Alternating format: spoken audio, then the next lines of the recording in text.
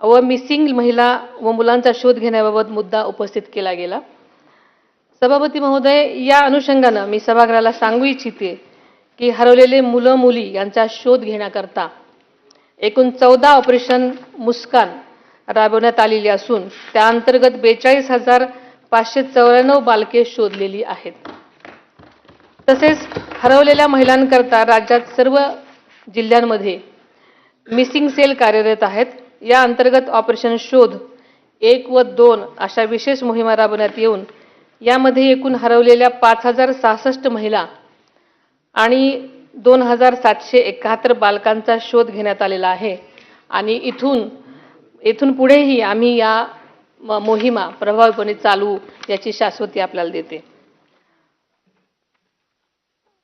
आणि सभापती महोदय, त्याचप्रमाणे छत्रपती शिवाजी महाराज टर्मिनस, चर्चगेट आणि बोरिवली स्टेशन या ठिकाणी रेल्वे मार्फत सायबर क्राईम रोखण्यासाठी ही यंत्रणा उभा केलेली आहे। त्याचप्रमाणे महिलांच्या प्रश्नाबाबत राज्य शासनाने 51 भरोसा सेल कार्यान्वित केले असून त्यामार्फत त्यांच्या समस्यांचे निराकरण केले जात आहे। सभापती महोदय, राज्य परिवहन महामंडळात मार्फत बस स्थानकांवर सीसीटीव्ही प्रणालीही कार्यान्वित करण्यात आली असून त्याद्वारे पोलीस विभागास सीसीटीव्ही फुटेज उपलब्ध होणार आहे।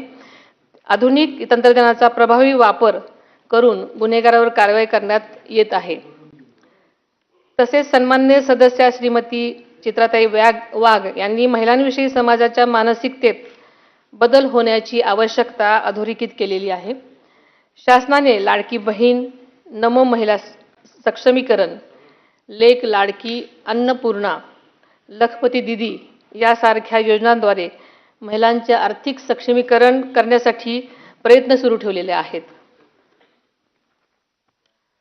तसेच मॅट्रिमोनी वेबसाईटवरील फसवणूक रोखण्यासाठीही आवश्यक कायदेशीर उपाययोजना करण्याचा शासनाचा प्रयत्न आहे।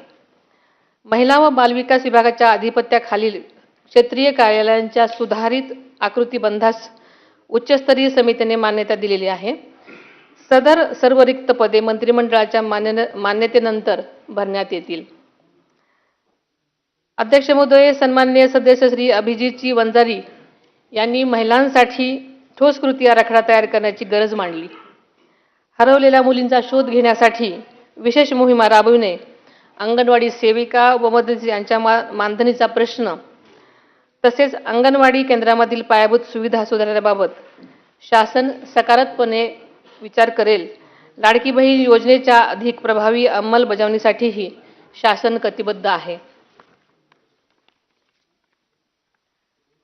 अध्यक्ष महोदय, एकात्मिक बाल विकास सेवा योजना या केंद्र पुरस्कृत योजनेअंतर्गत अंगणवाडी सेविका व मदतनीस ही पदे मानधनी तत्वावर असून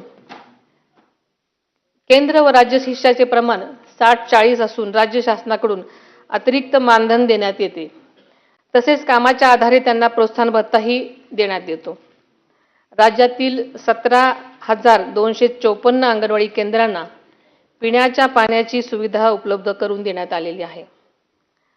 सन्माननीय सदस्य श्री प्रवीणजी दरेकर यांनी महिलांच्या आर्थिक सक्षमीकरणासाठी विविध योजना आणि कर्ज सुविधांचा उल्लेख केला।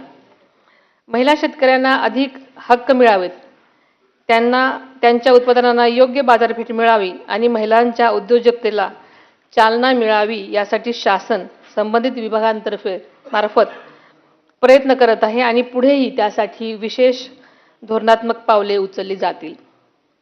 आशियाई विकास बँकेमार्फत अर्थसहाय्यित मॅग्नेट प्रकल्पामध्ये 156 प्रशिक्षण कार्यक्रमांद्वारे 29,850 शेतकऱ्यांना प्रशिक्षण देण्यात आले असून त्यामध्ये महिलांचा मोठा सहभाग आहे।